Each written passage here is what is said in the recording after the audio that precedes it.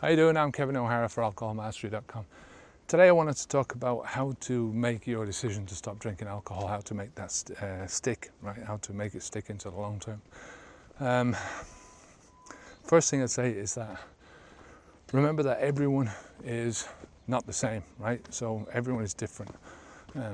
What works for one person is not going to work necessarily for another person. What motivates one person is not going to be the same for everyone else.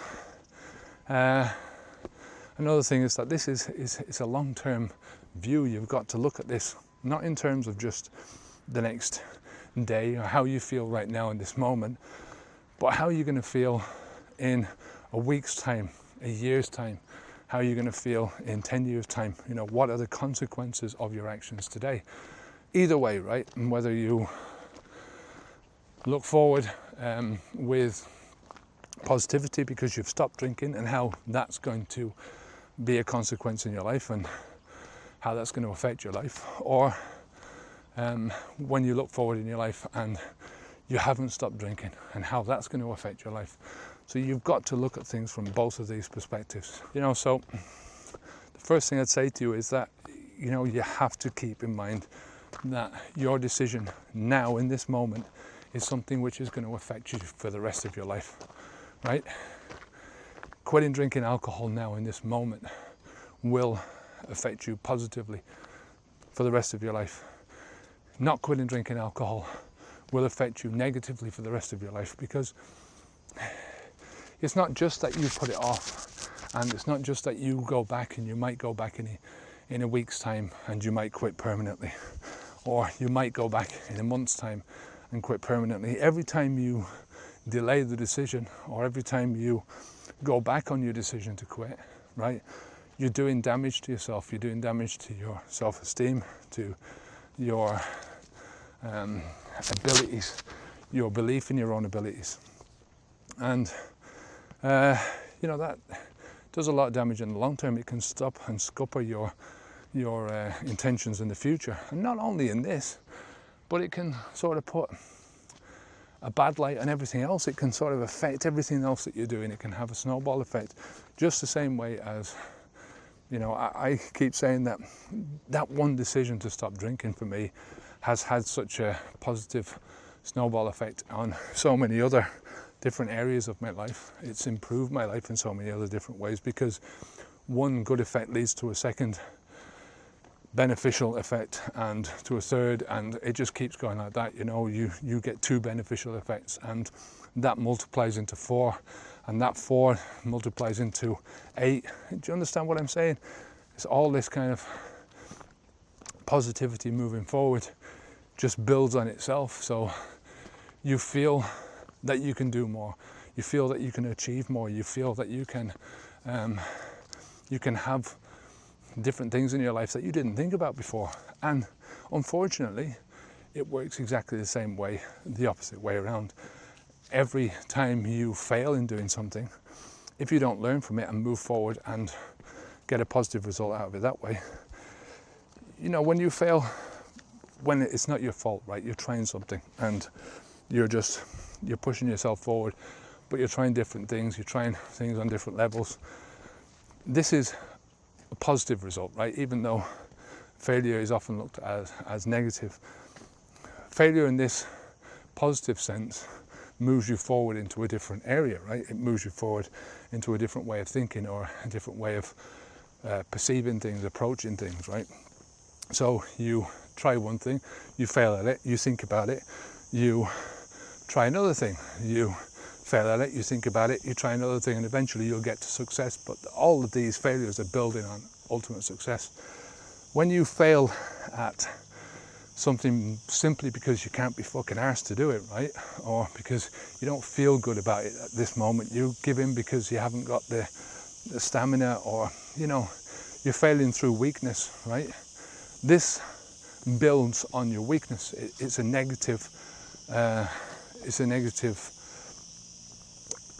foundation. It starts building a negative foundation for everything else, and that negative foundation starts snowballing into other areas of your life. You know, if I'm not succeeding in this, and you know the reasons why you're not succeeding. At the end of the day, you can kid yourself.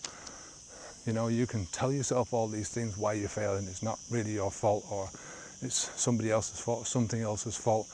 It's not your fault, but deep down inside, you know it's your fault. You know that you're failing because you're giving in, because you're not staying strong to yourself, you're not staying strong to your future, right? So, you know that at the beginning, that these, you know, there's two different areas of failure. There's the positive failure and there's the negative failures, right? You know, and these two areas can really be sort of identified by the person who sort of looks back or the person who looks forward. So the person who's looking forward in their life, right, is looking forward to what they are moving into, you know. And I'm not telling you not to live your life in the moment. I think you have to. It's the only time you have, and you can't sacrifice the moment for the future. This is ludicrous as well, you know, because, you know, as I say, you're no guarantee that you're going to get tomorrow, right? So you have to sort of live your life now, but you've also got to live your life like there is going to be tomorrow, right? If you live your life like there's going to be no tomorrow, then, you know, fuck it, what's the point? We might as well all take drugs, take all the drugs that you want, smoke, drink. The other person is the person who looks back. It's this FOMO attitude, the fear of missing out. It's the person who thinks that what has gone before is better than what is now, or better than what will be tomorrow, right? This is a negative attitude, and you've got to face forward. You've got to be that person who looks into the future and sees brightness, you know, sees that with their own efforts and with their own mind, building their own mind, building their own database of knowledge about themselves and about their world, that they can change. They can change anything, that they can alter their own destiny. You know, I don't like the word destiny or, you know, any of these things that sort of suggest that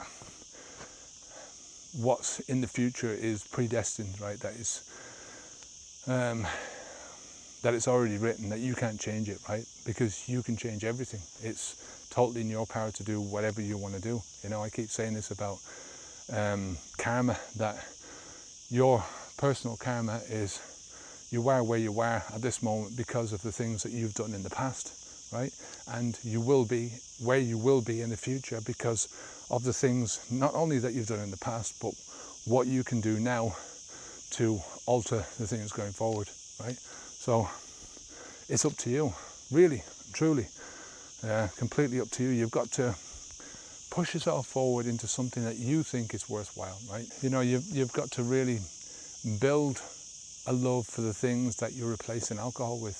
If you're building something that you don't like, if you're replacing alcohol with something that you're sort of so-so about, you know, you could really leave it there or take it or whatever, then it's not going to be the motivation that's going to pull you forward. You've got to build something in your life that you really want, that you really, really love in your life, that is something that is beyond your dreams. And you only get there by having a big goal at the end of it. Having that big goal out in the future and keeping your eye on that big goal. But the basics of getting there is to do things in little tiny increments, in small little steps, and you only do the steps in the moment, and that's the way you build to the big goal. You see, you get to the big goal, you work your way backwards and think to yourself, how can I get there? How am I going to get to that big goal? And you might not be able to figure all the steps out. It doesn't make any difference at this moment, because all you need to do is to figure out what's the next step, right? What's the next step that I'm taking that's going to move me in that positive direction, in that direction, away from where I am now to where I want to be, right? Keep your eye on the big goal, right? And that's all you have to do. Once you get to that step, you do the next step, then you figure out how to do the next step after that, and then the next step after that. And that's basically what it is. It's all about that. You know, if you can figure out the next 2 or 3 steps, right, the next 2 or 3 moves, all good for you, you know. That's how chess is played. It's played on the basis of trying to figure out what the next few moves are going to be, not what the next 50 moves are going to be, right? Because there's no way you can figure that out, because you're playing against somebody who is doing their own plan, right? You figure out what the next move is going to be, then the next move after that, then the next move. You know, as I say, if you can figure out what the next 3 or 4 moves are going to be, and then do those in succession while you're doing those, think about what the next few moves are going to be, and so on and so forth, and eventually you'll get to that goal. And what is that goal? You know, for one person it could be to have £1 billion in the bank, right? That's not my goal, right? I couldn't give a shit about having money in the bank. It's not my thing in life. I don't want to have a big yacht. I don't want to have a big car. I would like to have sort of a halfway decent house, but my ultimate goal, my number one aim in life, once I stopped drinking and when I was going to quit drinking, was to be a better father, right? Pure and simple. That was my number one aim, was to no longer give my son a bad influence, right? I wanted to be the best influence that I could possibly be, right? And that one idea, right, has got expanding consequences. Like I say, it's a snowball effect, because I want to be a better father, and I'm doing everything that I can possibly do now to be that better father, right? To be that better influence, right? I'm no longer the father that I was years ago, in the sense that my son is not with me anymore. He's living in Ireland. I talk to him every day, every second day. I'm still a big influence and consequence in his life. But it's in how I act. So me building up my own health, building up my own knowledge, building up my own life, right, is influencing him in a positive way. And as I say, that has ongoing snowballing effects in other areas of my life, because I'm trying to do that.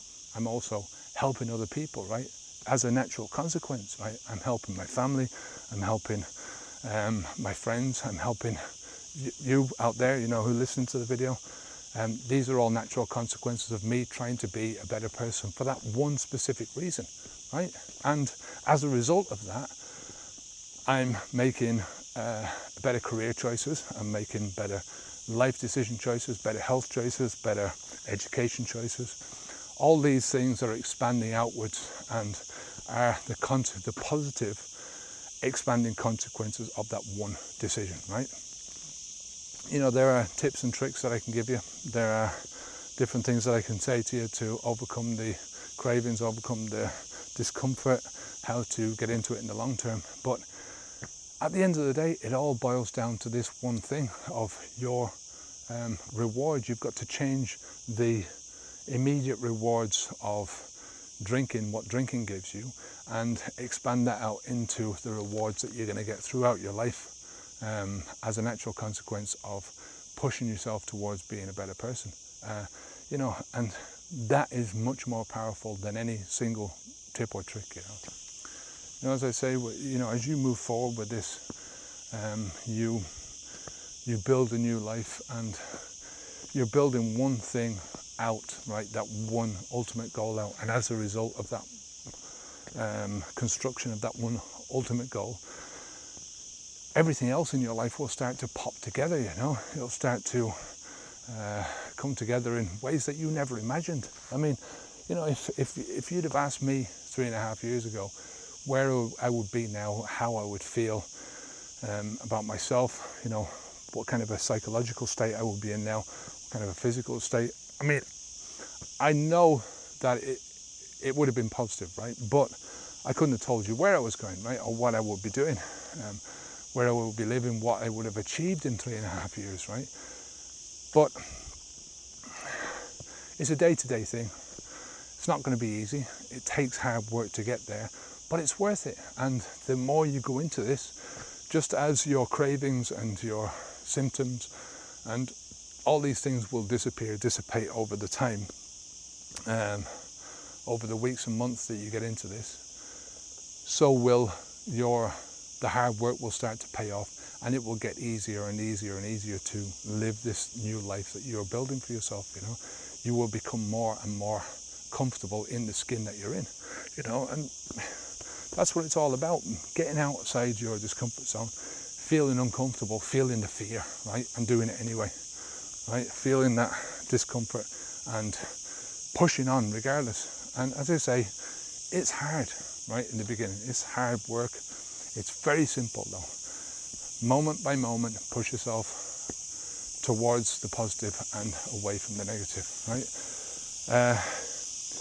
There's There was a guy called Cortez years ago who, I think he was the conqueror of Mexico, and this is a famous story in motivational circles. And basically what he did was he landed on the shores of Veracruz with his flotilla of ships, and as soon as they landed, he ordered all his men to burn the ships, right?